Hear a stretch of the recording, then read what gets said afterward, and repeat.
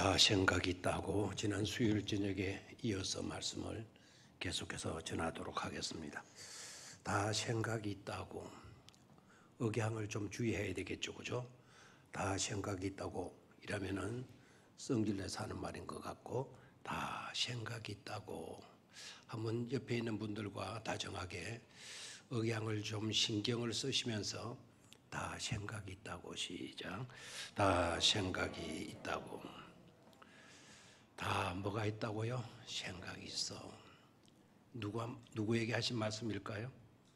하나님이 우리에게, 하나님의 백성들에게. 그 하나님의 백성들은 지금 포로 중에 있어요. 포로 중에 굉장히 어려움 속에 있는 그 백성들을 향해서 다 생각이 있다고 하나님 나타나셔서 은혜로 말씀을 주셨는데요. 자, 오늘은 계속해서 그 말씀을 나누도록 하겠습니다. 자, 일단은 본문의 말씀, 지난번에도 말씀을 드렸지만 본문의 말씀은 우리에게 주어지는 은혜의 말씀이다라는 거예요. 다시 한번 본문의 말씀은 우리에게 주어지는 뭐라고요? 은혜의 말씀, 은혜의 복음이다. 복음이다. 사도 바울도 그렇지만 우리 모두도 다 그러한 믿음, 그러한 신앙 고백을 할 수 있어야 되겠어요? 그냥 복음이다, 그냥 은혜다, 그렇게 말하기보다는 생명보다, 내 생명보다 더 귀한 복음입니다. 내 생명보다 더 귀한 은혜의 말씀입니다. 이런 고백이 있는 것이 중요하겠어요. 사도행전 한번 가봅니다. 사도행전 20장. 사도행전 20장. 사도행전 20장. 사도행전 20장 24절. 사도행전 20장 24절. 방송실에 제가 성경 구주를 연락해 주질 않아서 찾아 놓질 않았을 겁니다. 다 그 대신 여러분들이 찾도록 해야 되겠어요. 20장 24절 223조 신약성경 223조 벌써 찾았나요? 예. 저건 참 좋은데 여러분들은 이제 자꾸 게을러지기 시작하죠. 그렇죠? 성경을 가지고 오지도 않고 또 가지고 왔더라도 다 모시고만 있는 상태. 게으르는 걸 조심해야 되겠어요. 자, 그러면 같이 읽어봅니다. 시작. 내가 달려갈 길과 주 예수께 받은 사명 곧 하나님의 은혜의 복음을 증언하는 일을 마치려 하면은 나의 생명조차 조금도 귀한 것으로 여기지 아니하노라. 은혜의 복음, 생명의 복음을 사도 바울은 얼마나 귀하게 여겼는가라는 것을 잘 보여주는 구절이기도 해요. 자, 은혜의 복음을 증언하는 일을 마치려 하면은 그 증언하는 일이 자기에게 주어진 사명이었는데 그 사명을 마치는 일에 있어서는 뭐라고 이야기했나요? 나의 생명, 나의 생명조차 조금도 어떻게 여기지 않는다. 귀하게 귀한 것으로 여기지 아니한다. 내 생명조차도 귀한 것으로 여기지 아니하겠노라. 너무나도 아름다운 믿음에 은혜의 복음의 말씀이 그토록 우리에게 또 자신뿐만 아니라 우리 모두에게 어떤 말씀이다? 귀중한 생명의 말씀이다 라는 것을 일깨워주고 있죠. 여러분, 지독하게 어렵고 지독하게 요동치는 그런 세상, 지독하게 흔들리는 그런 세상일수록 우리가 뭔가를 붙잡을 만한 손잡이가 있어야 돼요. 그 손잡이가 바로 뭘까요? 어려울수록, 지독하게 요동치는 세상일수록 불안하고 답답하고 그래서 괴롭고 힘든 그런 때일수록 붙들어야 할 손잡이, 그럴 때 붙들어야 될 손잡이가 있어야 되겠는데 그 손잡이가 바로 뭘까요? 은혜라는 손잡이에요. 은혜라는 손잡이. 붙잡을 수 있는 손잡이가 있다라는 것, 그것 자체도 은혜이지만 힘들수록 뭐를 붙들도록 해라? 은혜를 붙들도록 해라. 괴로울수록 뭐를 붙들도록 해라? 은혜를 붙들도록 해라. 그냥 이렇게 붙들고 있는 걸 말하잖아요. 붙들고 의지하는 거예요. 그래서 괴롭고 답답하고 불안하고 힘들고 요동치는 그와 같은 세상일수록 우리는 뭘 붙들라? 은혜를 붙들고 그 은혜에 의지하는 삶을 살 수 있어야 된다라는 거예요. 그래서 오늘 읽었던 이 본문의 말씀은 바로 힘들 때 오늘날처럼 답답하고 괴롭고 요동치는 이와 같은 세대에 우리 모두가 붙들고 의지해야 할 수 있는 손잡아 이와 같은 말씀이 오늘 읽은 본문의 말씀이다. 그렇죠? 본문 말씀이 어디였습니까? 예레미야 29장 10절에서 14절 말씀이었다라는 겁니다. 자, 그러면 첫 번째 은혜는 뭐냐? 첫 번째 은혜는 한번 따라하시길 바랍니다. 하나님의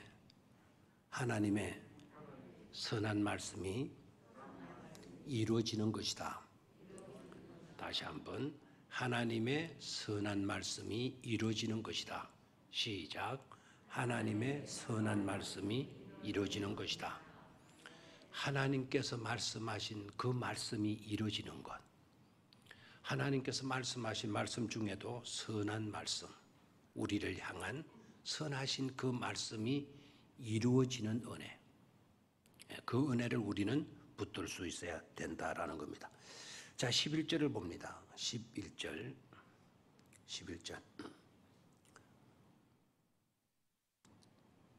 10절을 봅니다. 10절 한 절 위에 여호와께서 시작. 여호와께서 이와 같이 말씀하시니라. 바벨론에서 70년이 차면 내가 너희를 돌보고 나의 선한 말을 너희에게 성취하여 너희를 이곳으로 돌아오게 하리라. 아멘. 나의 선한 말을 너희에게 마하여 나의 선한 말을 너희에게 마하여 성취하여 나의 선한 말을 너희에게 성취하여. 성취라는 말은 설명이 필요 없겠죠. 나의 선한 말을 너희에게 이루게 하여 너희에게 이루게 하여 너희를 어디로? 너희를 이곳으로 돌아오게 하리라 말씀을 하시고 계세요. 다시 한번 나의 선한 말을 너희에게 성취하여 너희를 이곳으로 마게 하리라. 돌아오게 하리라. 아멘. 나의 선한 말을 마게 하여 이루게 하여 성취하여 너희를 이곳으로 돌아오게 하리라. 하나님께서 말씀하신 말씀이 있었다는 거예요. 그 말씀이 뭐냐? 때가 되면 너희를 다시 이곳으로 돌아오게 하리라. 때가 되면 너희를 이곳으로 돌아오게 하리라. 그 때가 언제인지를 몰랐는데 오늘 하나님께서 그 때를 밝혀주시고 계시네요. 자, 이스라엘이 남왕국 유다가 멸망을 당하게 돼요. 멸망당하게 되면서 이스라엘 백성들이 포로로 끌려가게 돼요. 어느 나라에서 멸망당한지 아시죠? 어느 나라에서 멸망당하나요? 바벨론이라고 하는 나라에서 멸망을 당해요. 그리고 똑똑한 젊은이들, 힘께는 쓸 수 있는 그런 많은 사람들을 바벨론으로 포로로 끌고 가게 돼요.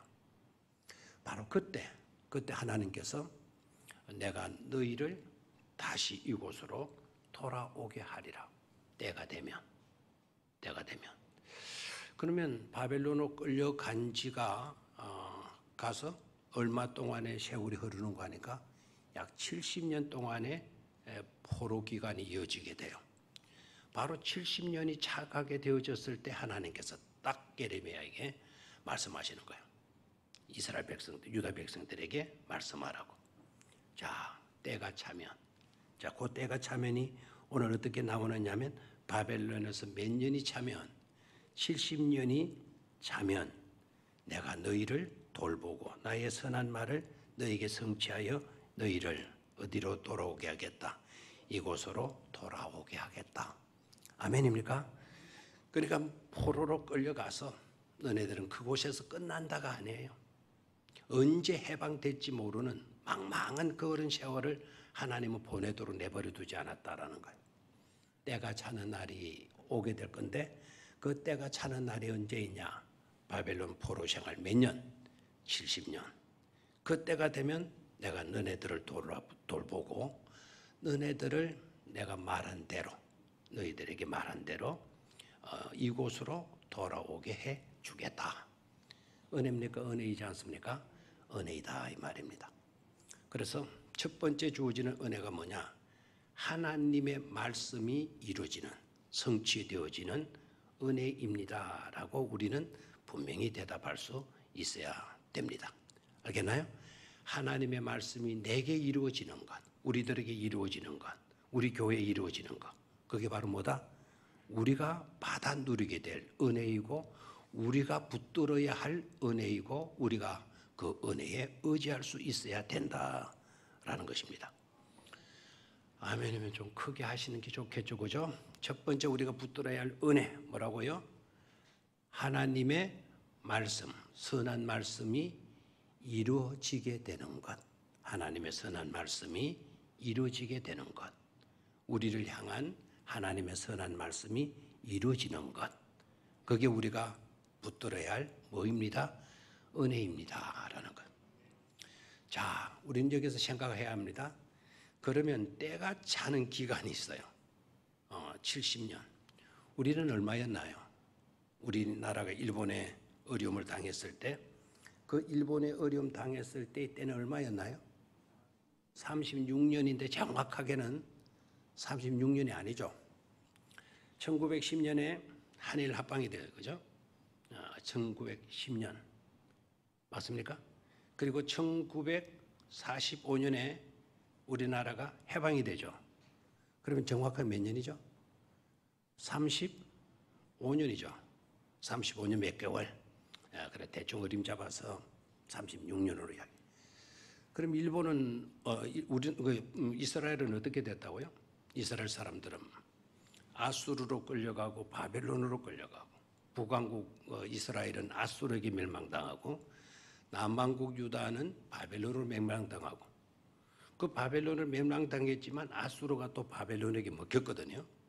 그러니까 북왕국 이스라엘도 남왕국 유다도 다 누구의 밥이고 있었다? 바벨론 제국의 밥이고 있었다라. 그게 70년의 기간 동안 포로 생활을 하게 돼요. 약 우리의 2배 정도. 얼마나 힘들었겠어요. 우리가 35년, 36년의 일제 압박 밑에서도 많은 것을 잃었잖아요. 우리 문화도 잃고 우리의 성도 잃고 이름도 빼앗기고 많은 것을 잃었죠. 70년의 바벨론 포로 기간이 차면이라고 그랬어요. 그 때가 차면, 이 때가 차면 여기에서 우리가 놓치지 말아야 될 것이 있습니다. 바로 하나님의 선한 말씀이 이루어지기까지 우리 모두는 뭐 할 수 있어야 된다? 인내할 수 있어야 된다라는 거예요. 뭐가 차도록? 때가 차도록 우리는 뭐 할 수 있어야 된다? 인내할 수 있어야 된다라는 거예요. 너무 조급해도 안 돼요. 너무 이완한 상태에 있어도 안 돼요. 그러나 분명히 알아야 돼요. 하나님이 말씀하신 대로 반드시 그 말씀하신 대로 이루어지는 날이 우리에게 뭐 하게 된다? 오게 된다라는 거.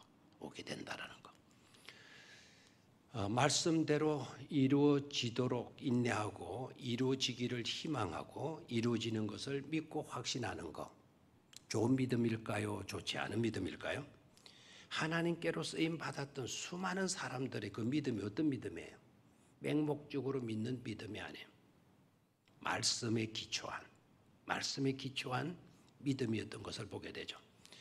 대표적인 인물을 말하라고 한다면 남자에게서보다 여성에게서 발견이 돼요. 남자보다 여자에게서 발견되는데 그 여자가 누구냐? 바로 예수님의 육신의 어머니였던 누구입니까? 마리아. 천사가 나타나서 놀라운 소름 끼치는 무시무시한 충격적인 말씀을 전해주죠. 그 여성에게. 그리고 마리아가 떨지 않겠어요? 막 떨리는 가슴으로.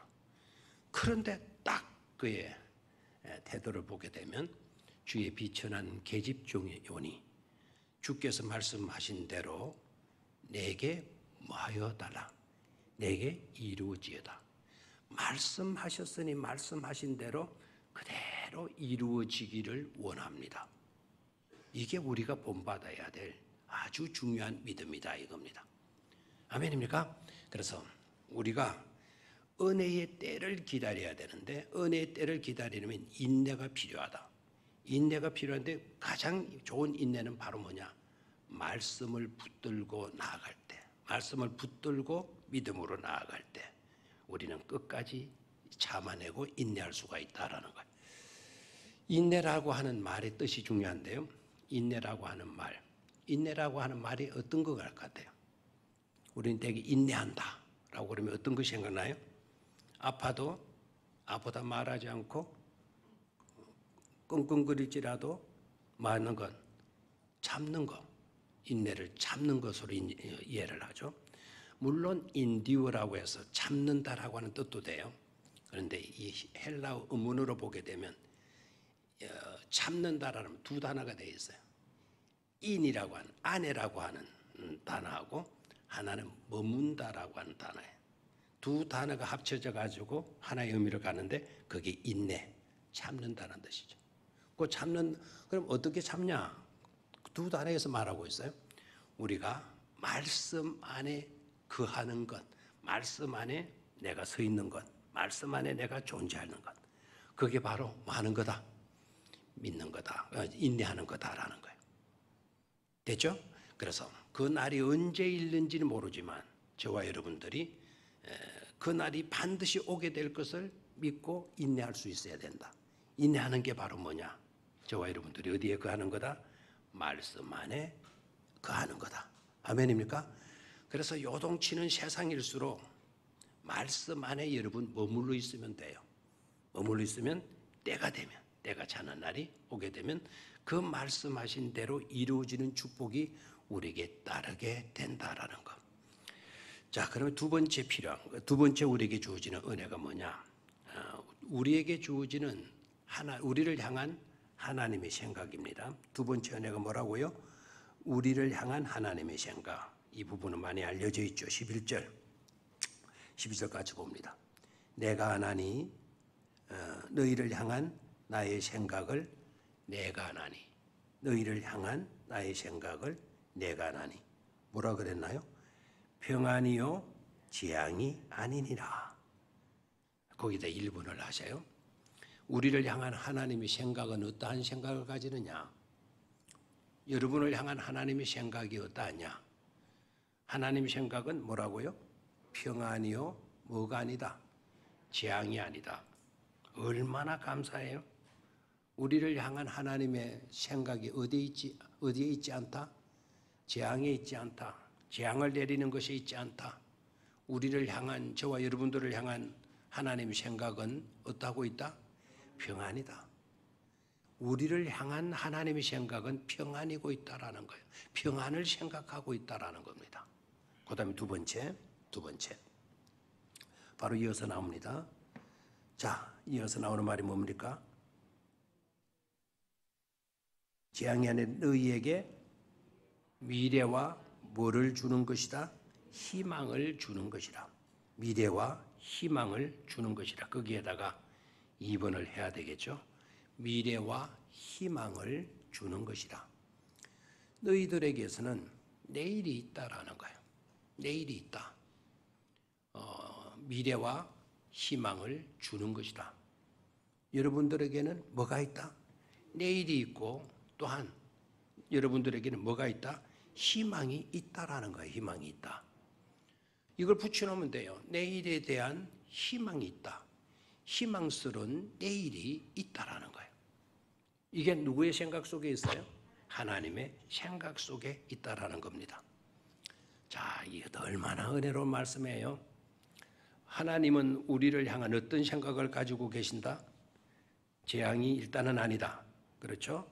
우리를 향한 하나님의 생각은 뭐라고요? 평안. 이 평안이 뭐라고 그러나요?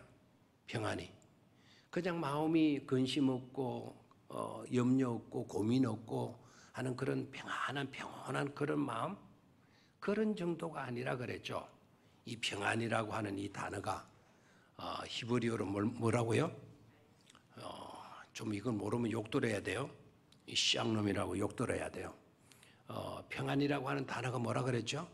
샬롬. 히브리 이스라엘 땅에 가서 샬롬이라고 말하면은 이스라엘 사람이 알아듣는다, 못 알아듣는다? 잘 못 알아듣는다. 그래서 답답해가지고 너그 나라 사람이 너그 나라 말로 인사를 해도 알아듣지도 못하는 이 뭐라 하면 알아들어요? 샬롬 하니까 알아듣더라 이거죠. 그래서 샬롬, 이 샬롬, 샬롬이라고 하는 단어가 오늘 여기에서 평안이라고 번역이 됐어. 너희를 향한 하나님의 생각, 나의 생각은 재앙이 아니고 뭐라 그랬나요? 샬롬이다. 그래서 샬롬이다. 샬롬이 그냥 평안 정도로 번역되면 안 되는 단어라 그랬죠. 우리 교인들은 좀 아셔야 되잖아요. 샬롬의 뜻이 뭐죠? 샬롬의 뜻이 뭐라 그랬나요? 아슈레? 아슈레는 우리가 묵상한다, 중얼거린다, 안녕, 복 있으라 그런 단어, 그런 뜻으로 사용되죠. 이 샬롬은 온갖 좋은 것들을 다 통칭하는 말이에요. 온갖 좋은 것들을 통칭하는, 다 일컫는 말이에요. 그래 한두 가지 마음 정도 평온한 그런 상태를 의미하지 않는다는 거죠. 모든 면에 있어서 좋은 것들을 통칭하면서 그 좋은 것들을 말할 때 모든 좋은 것들을 다 통칭해요. 다 말하면서 그 중에서 가장 좋은 것을 일컬을 때 샬롬이라고 한다라는 거예요. 우리들에게 주어지는 은혜가 다 귀해야 안 귀해요? 너무 귀하고 좋은 것들이에요. 하나도 좋지 않은 은혜가 없어요. 좋은 것들인데 그 중에서도 가장 좋은 은혜가 바로 뭐냐? 좋은 거죠. 샬롬이 바로 뭐냐? 조금 있다가 나와요. 하나님이 우리를 향한 생각은 재앙이 아니고 온갖 좋은 것들을 다 통칭해서 너네들에게 안겨주는 그 생각을 내가 하고 있다라는 거예요. 그 중에도 대표적인 은혜는 나중에 또 나오죠. 자, 그래서 우리를 향한 하나님의 생각, 그 생각이 우리가 받아 누리게 될 두 번째 은혜다라는 겁니다. 두 번째 은혜, 하나님의 생각이었다다. 뭐가 아니고 재앙이 아니고 뭐라고요? 평안이다. 그 평안이라는 의미를 짚고 나가시기를 바라요. 자, 그 다음에 또 하나는 뭐죠? 희망, 내일에 대한 희망이 있다. 내일과 희망을 안겨주는 것이다. 얼마나 좋아요? 여러분들에게는 뭐가 있어요? 희망이 있다라는 희망이 있다. 오늘 우리들의 형편이 어떠하더라도 우리의 앞날은 뭐가 있다? 희망이 있다라는 거예요. 우리가 속한 우리 병영교회가 앞으로 뭐가 있다? 희망이 있다라는 거예요. 희망이 있다. 오늘 코로나로 인해서 이렇게 어렵고 힘들다 하더라도 내일은 반드시 뭐가 있다? 희망이 있다라는 거예요. 우리 희망을 품으라는 거죠. 희망을. 그 다음에 세 번째 은혜로 넘어갑니다. 세 번째 은혜는 12절과 13절을 보도록 하겠어요. 너희가 내게 부르짖으며 내게 와서 기도하면 내가 너희들의 기도를 들을 것이요 너희가 온 마음으로 나를 구하면 나를 찾을 것이요 나를 만나리라 말씀하셨어요. 그죠? 자, 이복 우리가 부르짖으면 주님께서 뭐 하신다? 내게로 와서 그 기도를 뭐 해주셔요? 들어주신다. 아멘입니까? 우리가 기도할 때 저 보좌에 앉아 계셔가지고 우리는 주로 그 보좌에서 우리의 기도를 들으시는 걸로 착각을 많이 하죠. 우리의 기도가 보좌까지 상달되어지는 기도를 드려야 된다 생각하죠. 그런데 구약 때 보세요. 구약 때 에레미야 선지자를 통해서 우리에게 들려주신 말씀이 뭐예요? 이 복음적 은혜 아닙니까? 우리가 기도할 때 우리의 기도가 저 보좌까지 상달되어지는 것으로 말씀하지 않고 우리 주님께서 우리에게로 다가와서 누구의 기도를 들어주신다? 나의 기도, 우리의 기도를 뭐 해주신다는 겁니까? 들어주신다라는 거예요. 아멘. 그러니까 내가 기도의 자리를 편다라는 거. 오늘 교회 오셔서 여러분들이 고개를 숙이고 이 의자에 앉아서 하나님을 불렀고 주님을 부르셨다 그러면은 바로 이곳이 누가 방문해 오신 거예요? 우리 주님이, 우리 하나님이 방문해 오셔서 우리의 기도를, 여러분들의 기도를 귀 기울여 들어주신다는 거 아닙니까? 이게 은혜가 아니고 또 무엇이겠습니까? 자, 기도하면 우리 하나님께서 오셔서 와서 내가 너희들의 기도를 뭐 할 것이다? 들으실 것이요. 그 다음에 13절 너희가 온 마음으로 나를 구하면 나를 찾을 것이요 나를 만나리라 그랬습니다. 전심으로 하나님을 찾으면 하나님께서 우리를 뭐 해주신다? 만나 주신다. 나를 구하고 나를 찾으면 하나님께서 우리를 뭐 해주신다? 만나 주신다라는 겁니다. 자, 이것을 놓고 이제 가만히 생각해 보니까 내가 주님께로 가서 기도할 때 주님은 내게 오셔서 내 기도를 들어주시고 내가 전심으로 구하고 하나님을 찾게 되어지면 하나님께서 누구를 만나 주신다? 나를 만나 주신다. 이건 바로 어떤 은혜이죠? 이걸 우리는 가르쳐서 친밀한 관계성의 은혜다 이렇게 말할 수 있어요. 친밀한 무슨 은혜? 관계성의 은혜다. 기도를 통해서 하나님은 우리와 친밀한 관계성을 가진다는 거예요. 우리가 하나님을 찾고 만나고 싶고 그래서 두드리고 하나님을 부지런히 찾고 구하면 우리는 하나님과의 친밀한 관계성 속에 놓이게 된다는 겁니다. 누구와 만나 주셔요? 하나님이 우리와 만나 주신다는 것이죠. 자, 네 번째 은혜로 갑니다. 네 번째 은혜 14절로 갑니다. 이것은 여호와의 말씀이니라. 이것은 여호와의 말씀이니라. 항상 이렇게 말씀이 나오면 이것은 하나님이 어떤 귀중한 작품을 남기시고 그 작품에 낙관을 찍는 것이다라고 말씀을 드렸죠, 그죠? 이것은 다른 사람의 말이 아니고 바로 누가 말한 거다. 내가 말한 거다. 이거는 내 말이다 하고 하나님의 도장을, 낙관을 딱 찍는 거예요. 이 말씀은 틀림없이 누구의 말씀이다? 하나님의 말씀인 것을 증명해 주고 있죠. 이것은 여호와의 말씀이니라. 나는 너희들을 만날 것이며 너희를 포로된 중에서 다시 돌아오게 하되 내가 쫓아 보내었던 나라들과 모든 곳에서 모아 사로잡혀 떠났던 그곳으로 돌아오게 하리라. 이것은 누구의 말씀이니라? 여호와의 말씀이니라 그래서 이것은 다시 한번 하나님이 자기의 결단, 자기의 의지를 나타내 보여주고 있어요. 그래서 네 번째 은혜는 확고한 하나님의 의지의 말씀이에요. 확고한 하나님의 뭐라고요? 의지. 분명히 하나님은 우리에게 뭐 해주시겠다? 우리에게 뭐 해주시겠다 그랬어요? 우리에게 너희들을 내가 뭐 해주겠다? 만날 것이다. 우리를 만나 주시겠다는 강한 의지를 갖고 계신단 말이죠. 그 다음에 너희를 포로 중에서 다시 돌아오게 하되 어디로 끌려갔다 그랬나요? 바벨론 땅이죠. 바벨론 땅으로 끌려갔던 너희를 돌아오게 하되 내가 쫓아 보내었던 나라들과 모든 곳에서 쫓아 보내었던 나라들, 그 나라들로 나왔죠. 자, 두 나라를 대표적으로 꼽으면 돼요. 하나는 먼저 아수르 땅, 북왕국 이스라엘을 삼켰던 아수르 나라, 또 하나는 어디 나라? 그 아수르를 또 삼켜버린 남왕국 유다를 또 삼키고 아수르를 삼킨 바벨론이라는 나라죠. 그러니까 쫓아 보내었던 나라들, 아수르와 바벨론, 그 모든 곳에서 모아서 사로잡혀 떠났던 그곳으로, 포로가 되어서 떠났던 그곳은 바로 어디죠? 그 이스라엘 땅, 북왕국 이스라엘 땅, 남왕국 유다가 되겠죠. 그렇죠? 남왕국 유다 땅 그곳으로 뭐하게 하리라? 돌아오게 하리라. 이것은 여호와의 말씀이니라 말씀하고 있어요. 다시 말하면 너희들을 해방시켜서 포로로 끌려갔던 그 장소로 돌아오게 하리라.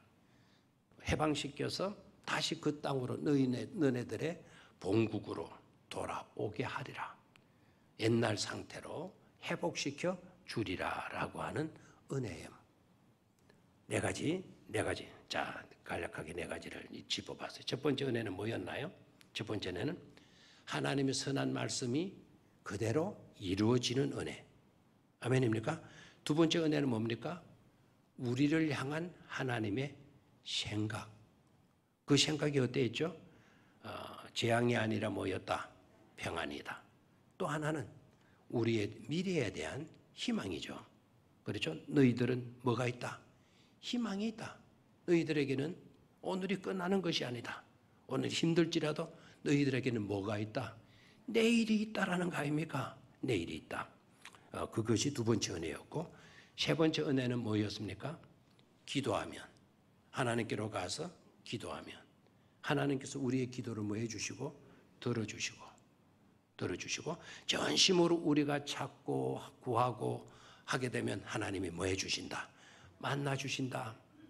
즉 친밀한 관계성의 은혜를 생각했죠. 그 다음에 네 번째는 뭐였나요? 강한 누구의 의지? 하나님의 의지를 우리에게 밝혀주셔서 그것 또한 은혜였다. 하나님이 반드시 누구를 만나주신다 그랬죠? 우리를 만나주신다. 그리고 끌려갔던 그 땅에 있던 포로된 우리들을 다 모아가지고 다시 끌려갔던 그 땅으로, 끌려갔던 처음에 포로로 되어서 끌려가게 되었던 그 원래의 장소, 그런 본국이죠. 본국 땅으로 뭐하게 할 것이다. 돌아오게 할 것이다. 누구의 말씀이다? 하나님의 말씀이다. 이렇게 하실 수 있는 분 누구밖에 없다? 하나님밖에 없다라는 거예요. 하나님밖에 없다. 자, 그러면 좀 구체적으로 이제 하나씩 살펴보도록 하겠어요. 이러한 은혜는 하나님께서 우리에게 선포해 주셔서요. 그렇다면 이 은혜를 받고 살아야 될 우리들의 입장에서 어떠해야 되겠느냐는 거예요. 자, 첫 번째는 저와 여러분들의 시선이 하나님의 약속에 머물러야 된다라는 거예요. 자, 오늘이라고 하는 현실에만 집착하지 말고 오늘이라고 하는 현실에 우리가 놓여 있다 하더라도 우리의 시선은 어디로 가 있어야 된다? 하나님이 약속하신 때, 하나님이 약속하신 그날, 하나님이 약속하신 그곳에 항상 머물고 있어야 된다 이 말입니다. 아멘. 자, 광야 이스라엘 백성들의 예를 들겠어요. 광야 이스라엘 백성들 출애굽했어요. 홍해를 건넜어요. 젖과 꿀이 흐르는 땅이 바로 그들 앞에 펼쳐졌습니까? 아니죠. 홍해를 건넌 이스라엘 백성들, 홍해를 건너고 봤더니 막 젖과 꿀이 흐르는 땅이 바로 눈앞에 펼쳐졌어요? 아니죠. 젖과 꿀이 흐르는 땅이기는커녕 풀 한 폭이 물 하나 구경할 수 없는 광야가 펼쳐졌잖아요. 광야 생활 몇 년을 하죠? 몇 년? 40년이죠. 그렇게 할 필요가 없었다고는 하지만 일단 40년의 광야 생활을 해요. 그 광야가 영원토록 그들에게 광야로 있지는 않죠. 그렇죠. 언젠가는 때가 차면 하나님이 약속하신 젖과 꿀이 흐르는 땅에 들어가요, 안 들어가요? 들어가게 된다 이 말입니다. 그런데 문제는 인내가 필요한데 그 인내는 우리가 말씀 안에 거할 때 제대로 된 인내가 이루어진다라고 말씀을 드렸어요. 자, 광야 생활이라고 하는 기간을 보낼 때 이스라엘 백성들이 어떻게 살아야 되나는 거예요. 자, 오늘 눈 뜨고 보면 돌밖에 없고 모래밖에 없어요. 깡마른 메마른 광야에. 자, 그런 곳에서 지내는 그들에게 있어서 정말 힘들고 고난의 때이죠. 답답하고 지루하고 뭘 하나 할 수 있는 것이 없지 않습니까? 그죠? 그러한 때에 그들이 취해야 될 태도가 바로 뭐냐? 그와 같은 현실 속에서 그들의 시선만큼은 어디로 가 있어야 된다? 가나안 땅에 가 있어야 된다라는 거예요. 그들의 생각과 그들의 시선은 어디에 가 있어야 돼요? 젖과 꿀이 흐르는 그 땅. 그 땅을 바라볼 수 있고 그 땅에 대한 생각들을 늘 마음속에 머릿속에 지니면서 살아야 된다 이 말입니다. 그래야만이 뭐 할 수 있다? 인내할 수가 있는 것이죠. 됐습니까? 자, 오늘 이 어려운 때를 살아가는 우리들의 방법도 꼭 마찬가지예요. 눈 뜨고 나면 그 일밖에 없어요. 지금 특별하게 할 수 있는 일들이 거의 없죠. 이러한 시점에일수록 우리는 먼 미래를 바라보는 거예요. 하나님의 약속하신 그 나라를 바라보는 거예요. 그곳에 우리의 시선을 모으고 우리의 생각을 그 생각으로 우리의 생각을 가지는 거예요. 그렇게 할 때 우리는 뭐 할 수 있다? 인내할 수 있다라는 거죠. 인내할 수 있다. 아멘입니까? 자, 또 한 가지는요. 우리는 하나님께서 우리를 향한 생각이 뭐라 그랬나요? 하나님이 우리를 향한 어떤 생각을 가지시고 계신다고요? 재앙이 아니다. 뭐라 그랬나요? 평안이다. 하나님은 우리가 잘 되어지는 것을 언제나 생각하고 계신다. 됐나요? 그러면 그렇게 선하신 하나님, 의로우신 하나님, 은혜로우신 하나님에 대한 것에 우리는 초점을 맞춰야 돼요. 하나님이 과연 그렇게 해 주실 것인가? 막연한 생각을 가지게 되게 되면 우리는 흔들릴 수밖에 없다 이거예요. 참 믿음의 사람들을 보게 되면은요, 다른 점이 있어요. 그들은 하나님의 말씀이다 그러면 절대로 거기에서 다른 생각 안 해요. 뭐 그걸 따져보고 뭐 새겨보고 뭐 그렇게 하지 않아요. 하나님의 말씀이다 그러면 액면 그대로 받아들이더라고요. 액면 그대로 받아들이게 될 때 바로 그 자리에 뭐가 일어난다? 기적이 일어나게 된다라는 것 아닙니까? 자, 그 혈루병 앓던 여자가 예수님께 나가죠. 그런데 그 여자가 그냥 나갑니까? 그 여자의 생각은 어땠죠? 내가 예수님의 옷자락을 만지면 내 병이 말이라 나으리라라고 하는 뭐가 있었어요? 믿음이 있었어요. 그 믿음이 생각을 낳은 거예요. 그 생각은 행동을 낳았어요. 옷자락만 만지면 내가 나으리라 라고 하는 생각, 믿음, 행동 이것이 일치가 돼요. 그래서 그대로 행동했죠. 그래 나았어요? 안 나았어요? 나았어요. 그런데 그 여자도 별의별 생각이 들지 않았겠어요? 그렇죠? 예수님의 옷자락을 만진 사람이 한둘이더냐? 오늘도 가만히 보니까 수많은 사람들이 예수님의 옷자락에 스치고 있는데 그 사람들 아무도 그냥 무슨 뭐 병이 났거나 어떤 기적이 일어나거나 하는 거 내가 못 봤네. 과연 예수님의 옷자락에 손댔다고 나는 나을 수가 있을까? 이런 거 따졌나요? 안 따졌나요? 그런 거 따지지 않아요. 그대로 옷자락에 손만 대어도 내가 나으리라고 하는 그 믿음. 그렇게 믿고 가서 옷자락을 과연 대었더니 자기 몸에서 혈류가 끊어졌다, 멈춰졌다라는 것을 누구보다도 누가 먼저 알았어요? 자기 자신이 먼저 알게 되어졌잖아요. 단순한 믿음이에요. 하나님의 생각이 재앙이 아니다. 하나님의 생각이 우리를 향한 평안이다 그러면 다른 말 들을 필요가 없어요. 세상 사람들 말 들을 필요가 없어요. 아멘입니까? 하나님께서 그렇게 말씀해 주시는데 다른 말씀들이 뭐가 필요하겠어요? 하나님께서 직접 말씀하신 말씀이라면 우리는 그 말씀을 그대로 뭐 해드리는 거 중요하다? 수용해 드리는 거. 주께서 말씀하셨음에 그대로 내게 이루어질 줄로 믿습니다 하는 그 믿음을 수백 번, 수천 번이라도 우리는 고백하며 내가릴 수 있어야 된다라는 것이죠. 아멘입니까? 그래서 오늘 저녁에도 다른 걸 많이 생각하지 마시기를 바랍니다. 우리를 향한 하나님의 생각은 뭐다? 절대로 이와 같은 재앙이 아니다. 하나님의 생각은 우리를 향한 뭐라고요? 평안이다, 평안. 아멘입니까? 평안이라는 뜻이 아까 샬롬이라 그랬죠? 샬롬의 뜻이 뭐라 그랬나요? 온갖 좋은 것들을 다 내포하는, 총칭하는 그런 말이에요. 온갖 좋은 것들을 주고자 하시는 것이 누구의 마음이다? 하나님의 마음입니다. 아멘. 거기에 초점을 맞추면 하나님의 마음이 평안이든 우리가 거기에 초점을 맞추게 될 때 우리의 마음도 샬롬이 되어지는 것이죠. 아멘입니까? 어둠은 그치게 되고 내 마음속에도 뭐가 자리 잡는다? 샬롬이 자리 잡게 되는 것입니다. 세 번째는 기도의 문제입니다. 기도의 문제. 자, 아까 친밀한 관계성. 우리가 하나님께 기도하면 우리 주님께서 들어주실 것이고 우리가 간절히 구하고 찾으면 하나님이 만나 주실 것이다. 딱 하나만 빠졌지. 이 말씀의 내용으로 누가 설교하신 것이 기억나나요? 누가? 산 위에서 이분이 설교하셨는데 누가 설교하셨죠? 이 내용으로? 예수님이시잖아요. 예수님 어디에서? 산 위에서, 산상수훈에서 찾아라.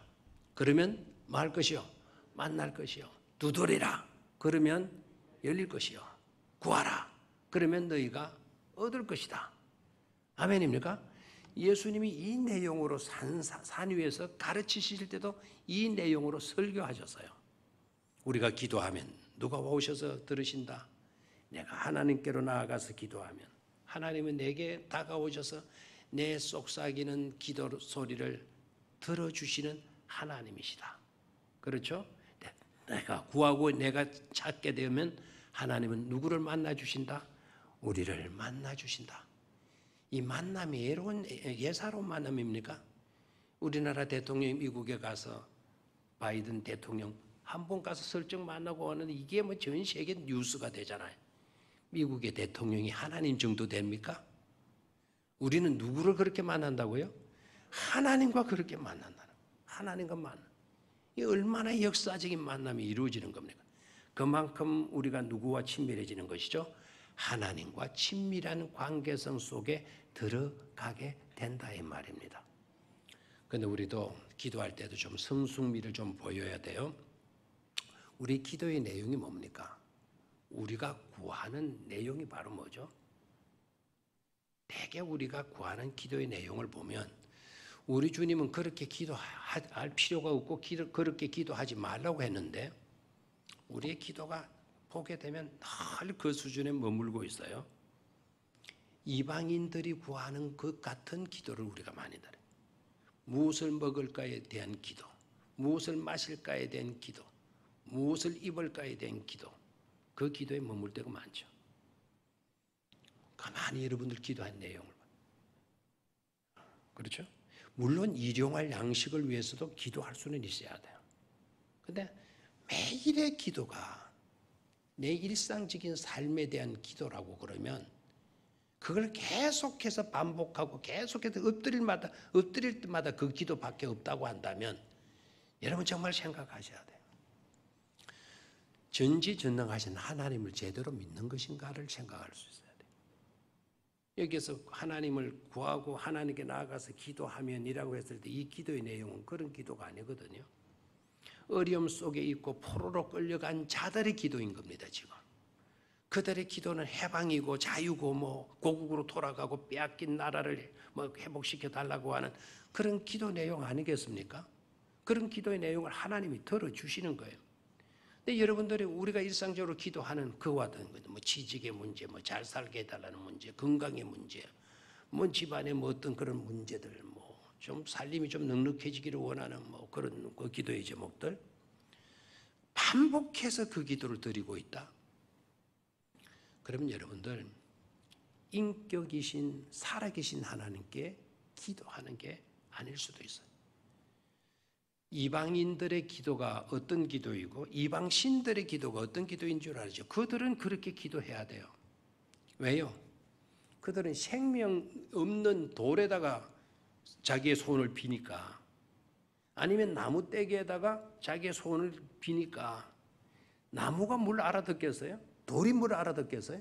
그래서 자기의 손을 그 가서 비는 거예요. 그냥 그네들의 기도를 그네들이 하는 행동들을 우리가 따와가지고 우리들마저도 그렇게 기도할 필요는 없다. 해서는 안 된다 이 말입니다. 필요가 없다 있는 정도가 아니고 해서는 안 되는 것이죠. 우리 하나님은 그런 생명 없는 돌덩어리가 아니잖아요. 고목나무가 아니잖아요. 나무 토막이 아니잖아요. 우리 하나님은 살아계신 전능하신 하나님이신 줄 믿습니까? 그리고 우리는 생명 있고 인격이신 하나님, 전지전능하신 하나님을 향하여 기도하는 거예요. 그래서 계속 그는 엎드렸다면도 그 기도 중얼중얼 하고 마치도 돌에 갔다가 소원을 비는 사람들처럼 그런 기도 생활은 해서는 안 되는 것이죠. 그래서 예수님께서 뭐라고 말씀하세요? 중언부언하지 말아라. 계속 반복되는 그와 같은 내용으로 하지 말아라. 우리 하나님은 들으시는 하나님이요 반드시 살아서 역사하시는 인격의 하나님이시라는 걸 우리는 깨달아야 돼요. 그래서 조금 기도의 수준을 높여갈 수 있게 되기를 축원합니다. 기도의 수준이 높여가는다는 게 그게 바로 뭡니까?